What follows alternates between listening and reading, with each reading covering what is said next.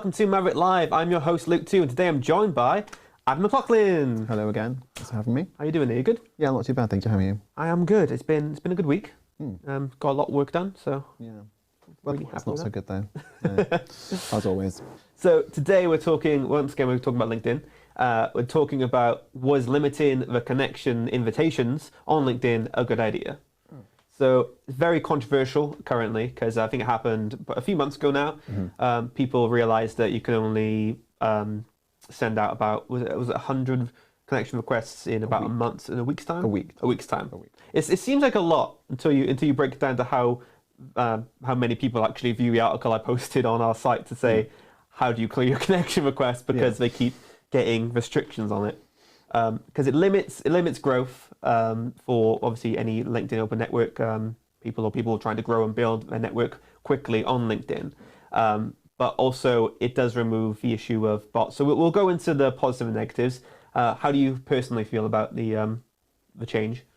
Yeah, I mean, I think it's an interesting one because LinkedIn, like you say, is a connection base. That's the whole purpose of what it's there for. So to kind of say, this is a great opportunity to build your network, to meet new people, to prospect, to have all these things, but then kind of give people the limitation of, but only at our pace because, that's how we want it to be. It does, I think it probably would rub people the wrong way, especially. It feels like instead of tackling the main cause of why they've done it, they've decided to just cap it straight away. Yeah, like rather than focus on actually sitting there and going, okay, what are the issues that are causing the reasons as to why this is happening, automation, spamming, all this kind of stuff, you're just kind of limiting the consumer of the product. Yeah, maybe it's a stopgap between the solution because it's hard to combat any automated tool on a social media platform because they mimic human interaction so well. It's hard to, find it without limited accounts, which might actually be ran by a human, really going for it on the platform. And then it gets a bit frustrating when their help centers keep getting contacted, going ahead, I've had my account limited because, I look like a robot, but I'm really just really fast online. And obviously the resources that LinkedIn probably has are going to be vast, but not enough to be able to deal with the influx of, like say, the inquiries and the confusion and the restrictions that people are going to put into place. I had a really funny story actually with considering like a robot account. So I had an in-mail from a user called Maria, absolute no profile picture, and it was like, hello, I have dropped my phone and I thought I'd lost all my contacts, but thank the Lord I have found my contacts again, and it's led me to you, your LinkedIn profile, which is not a mobile number whatsoever. Wow. And I was like, oh wow, great, thanks. And then it just landed on just like, hey, want to go to WhatsApp and I can talk more to you? And I was like, no, so thank you. that's the type of stuff and the type of like robot spam account activity that we're seeing on LinkedIn. It got ramped up. I feel like I haven't seen it as much since the connection limitations, but I don't know if the cause and the correlation kind of match. Yeah, I think it's interesting as well. I think maybe they've had to kind of reevaluate the way in which they work on both sides. The automation services have had to adapt to the new levels of changes to make sure that it can still match their consumer. But LinkedIn's obviously having to do the same in terms of finding a way to do it. The way that we teach people to connect and build a network has got nothing to do with automation. So it's social selling in a sense where we like and we comment and we engage and we connect to the right people. Because if you just send out requests to everyone, you're going to get this big network of everyone and you don't do anything with them. And it's a bit pointless. So in a way, the LinkedIn connection limit is going to get people to think more carefully about who they connect with. Yeah. And it's like you say, how we teach, it's all about building the relationship. So you're going to want to have people on your network that you're actually looking to either engage with on a personal or professional level or try and prospect, etc. It's not a case of just having as many followers or connections as you can. It's about having people that you're actually interested with or you're looking to connect with and prospect with. Yeah, it's a lot more. It's a lot better to have 100 key connections a week rather than have 1,000 just pointless connections like in that same week.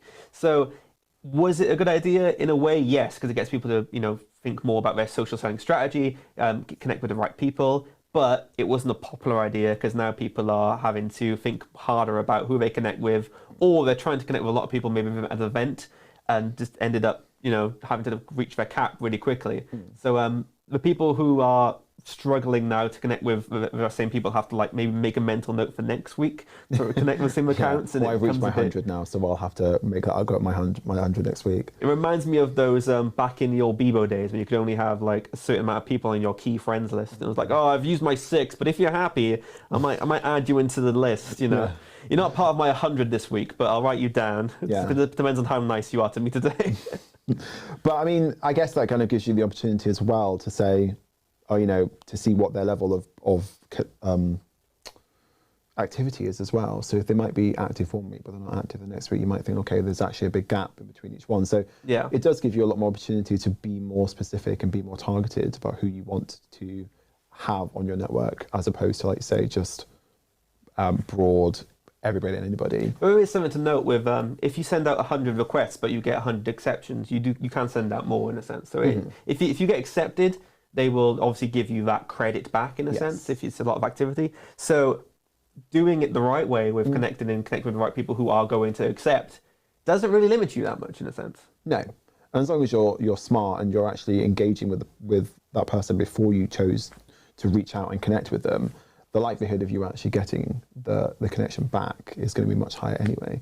Yeah, I can imagine a few people watching this going, I didn't know this. It's like, this has never affected me. So yeah, it's because obviously with our profiles, there's a lot of activity going on because we're all about LinkedIn and so in selling. So if you're a salesperson or a marketer on LinkedIn right now, this has probably been the biggest bane of your life in a sense. But there are smarter ways going about it, which we discussed. So in a sense of final thoughts about it being a good idea, I personally think it was a good idea for now, but depending on going forward, should they keep it in a sense where it's going to limit activity, but if they can find a way to remove the bots and the spam and the automation, but have it so you're not limiting people's ability to use the platform. Yeah, I 100%. think that'll be how I feel. Yeah, I think it's about creating a solution that limits the activity that bots can engage with so much that they become defunct. Yeah. People therefore won't rely on them and they'll go back to the way it was, and therefore it will give LinkedIn the opportunity to say, okay, yeah, we're actually dealing with the problem, and then we can give that back to our consumer. Fantastic. Well, thank you for coming down, Adam. Thank you very much for having me. And thank you all for watching Maverick Live on this wonderful Friday afternoon. Hope you have a great weekend. We'll be back on Monday for our next show. Don't forget to subscribe to us on our YouTube channel. Click on the notification bell so you'll be notified every time we go live. And follow us on LinkedIn because that's where we are. We'll see you next time. Thank you.